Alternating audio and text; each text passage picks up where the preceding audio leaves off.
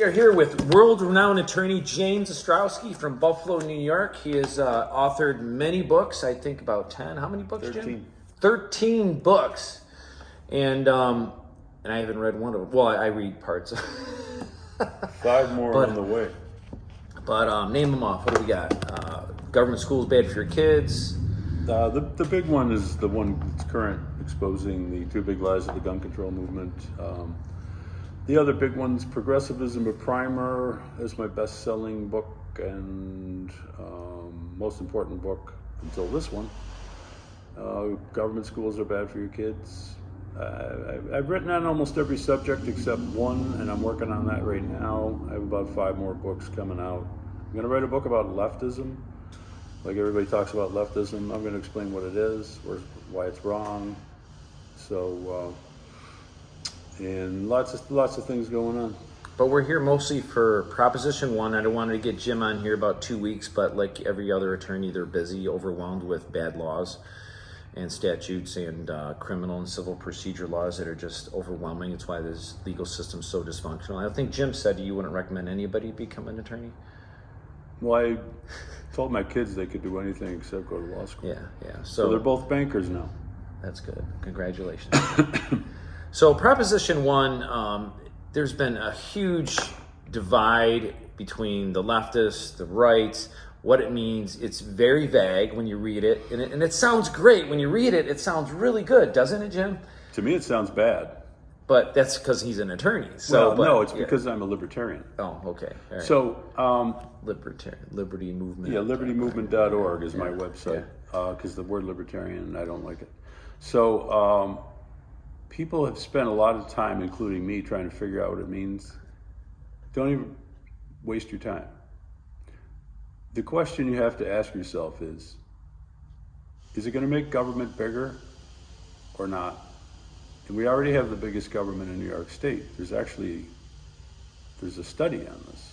It's called Freedom in the 50 States. We're the 50th freest state. Sometimes we're 49th ahead of California. So we're number 1 or number 2, the worst state. So, and we kill squirrels. We kill squirrels. Yeah. And this is going to give the government tremendously more power to regulate your personal life and your decisions and your business decisions, and it's going to create all sorts of lawsuits. The judges are all left-wingers, and mostly left-wingers in New York State. They're all appointed by the governor. And they're going to side with the interpretation that gives the government the most power. There's some really crazy stuff in here, like no, you can't discriminate based on gender identity, gender expression. Okay, what does that mean? Does that mean when sexual somebody orientation? If I can't have a bathroom labeled boys and girls or men and women, Well, or if it might mean that. or if someone came in to apply for a job and they were a transvestite male that looked like a female, and if I didn't hire them because of their looks, I can get sued. Well, is the Constitution self-executing or not? But they'll pass statutes to enact all this stuff because the legislature is run by the Upper West Side of Manhattan. So some of this will be self-executing, like in terms of, I think, the government. You could sue the government for this kind of thing. I think for maybe the private sector, it would have to be a statute, that an enabling law, but nobody really knows. But again, don't waste a lot of time on this thing. Vote against it for the reason that if you favor liberty, this is a law that tremendously restricts liberty. And liberty includes the right to do things that people find odious or disagreeable. We already have way too many discrimination laws. Discrimination laws do not work anyway. The government should not be able to discriminate. Everybody else should be free to discriminate. Now, I know as a libertarian that's a minority position, but we're chock full of discrimination laws already. We don't need any more of them. So I would urge everybody to vote against this. Another point that I bring up is when employers decide to go to a state or not go to a state, they're going to have to assume that this is one more reason why there's going to be litigation over hiring decisions and firing decisions. Years ago, about 100 years ago, you used to be able to get a job in a day and you could get fired the same day. And it sounds really cruel, except then you could go out and get another job in a day, and then maybe a couple, 3 weeks later, you find a job that's suitable for you, and you spend 20 years there. There was a famous guy, Henry Hazlitt, who ended up super successful. But that's how he started out. Now, it takes like 6 months to get a job because they have to check you out. You have to make sure that you're not a bum, because if you are, you have 17 different reasons why you can sue. All these discrimination laws now, they'll use gender expression or pregnancy or whatever as an excuse to sue the employer. So what does that do? It actually hurts people who want a job. And it hurts employers. It hurts everybody except the incompetent fool who wants to blame his firing on some discrimination, when in fact it was the fact that he or she or whatever gender expression they have, they couldn't do the freaking job. I'm sorry, I swear on my podcast. I have to censor myself here. I can swear here. Yeah. The Liberty Walking podcast is not for children. Yeah, it's on Jim Ostrowski's Facebook page. Live on Facebook, and yeah. I'm dumping it on numerous. I did one today about who libertarians should vote for in swing states. It's on 6 or 7 social media. I'm getting a little better. So back to equal rights. Yeah. We've always had what they call natural rights. Yes. Right? It's in the Declaration of Independence, natural law of God. Yeah. And it's protected by the common law system, which, if regardless of any statute is written, you have a right to take somebody to court through common law and say, I'm being discriminated, and have a jury decide of everyday people if it's true discrimination. That's the founding concept of law, but it doesn't work that way anymore, right? They've kind of...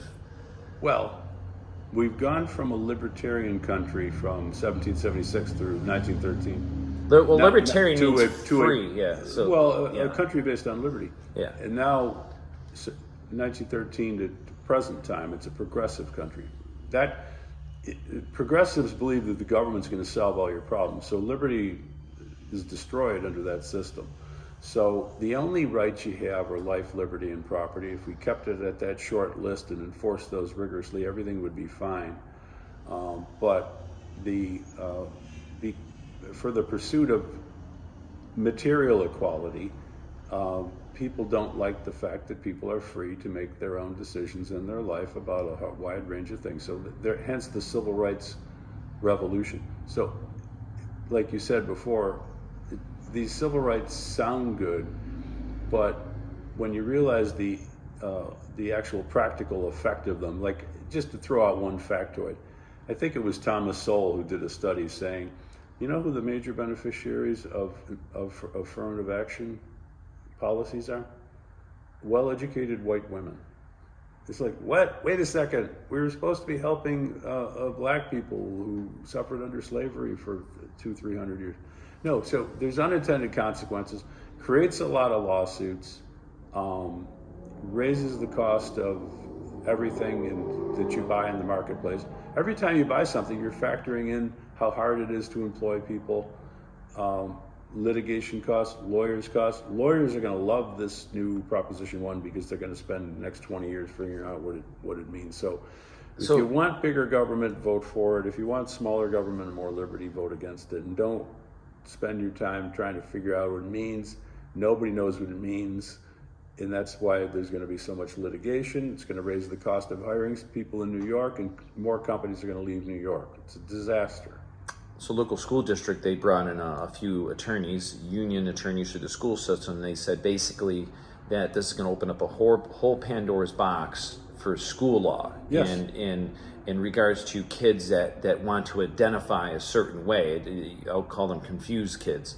But they don't want, if it's confused kids involved, they're going to really probably discriminate against the normal child just to make the confused kid happy, which is kind of discrimination in itself. But they threaten the teacher, say if any teacher, so they were basically stating that if a child identifies as a transgender without telling the parents, the school system legally cannot tell the parent. They have to reach out to an external counselor, and they're going to bring a counselor into school to then interview the child and deem which way they're going to go. And if it's bad enough, allegedly they can take custody away from the parents.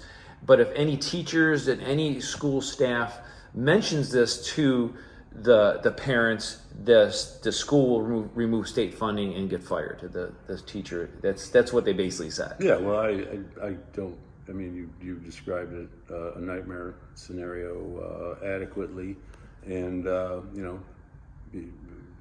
my recommendation is pull your kids out of government school. I know people are reluctant to do it, but that's the main cause of the problems in society. The reason why there's a 50-50 split between a successful business person and an incompetent politician is that the schools are controlled by Democrats, and they brainwash people into thinking that the Democratic Party is good. So, another reason to pull your kids out of government school. Homeschool. Homeschool. Yeah, we sent our kids to Catholic school, but you know what? I also homeschooled them. Like, I taught them economics and politics and political theory, so both of them are immune to a lot of the propaganda that they later got in college, because they both went to college. So Jim, on his Facebook page, we're going to do a stream on the voting, and then we have another topic here. We're talking about fluoride. So let's talk about the fluoride really quick. There's a movement in Buffalo, it should be national, to get fluoride out of the water, because there's many health problems involved, but what gave our movement credence was a federal court decision recently, 80 pages long, that said that the scientific evidence shows that fluoride lowers the IQ of children. And some of the audience might be hearing this for the first time. I've been anti-fluoride for years. It's not good. It's not necessary for your dental health. That's a bunch of malarkey. It affects your thyroid. I had hyperthyroidism when I was a older teenager, and it cost me 3 years of my life. And it's proven to affect the thyroid gland. Pregnant women can get hypothyroidism from it. It's a toxic chemical. I don't get. Do they use it for getting rid of bacteria? Why do they use it? They use it. They use it allegedly because it protects tooth decay, but actually it causes dental fluorosis, which is a discoloring of the teeth. It's more than a discoloring; it's damage to the teeth, which is evidenced by the discoloring. So we're trying to keep in mind that everybody in Western New York, as far as I know, is getting this poison. We asked the Erie County Water Authority if we could take a tour, and they said no. And I said, why? Because, we don't let people in after 9/11. I said to the commissioner, I said, well, we're not terrorists, we're just citizens. Yeah. But the real reason they won't let us in, they don't want us to take photos of these toxic chemicals that they then dump in the water, because people would get really grossed out. So there's if I can remember the name of my own group, the Coalition Against Fluoride on Facebook. We're active in Erie County. We want to get people in Niagara County too, because we're all drinking the same poison. Interestingly enough, depending on what happens today, and I have Trump winning, we'll see, Kennedy is committed to getting the fluoride out of the water, which is, if you don't like poison in your water, a reason to vote for that particular ticket. But I don't tell anybody how to vote. But it's your personal choice. Our American way of life, it's right here, 90% of European countries reject fluoridation for a reason. And the same thing for food. Our food here has so many contaminants, it's illegal to sell in Europe. So people, if they're really concerned about your health, of your children and yourself, start studying these. There's a great app, a Yucca app. I downloaded it. It scans the food and it tells you.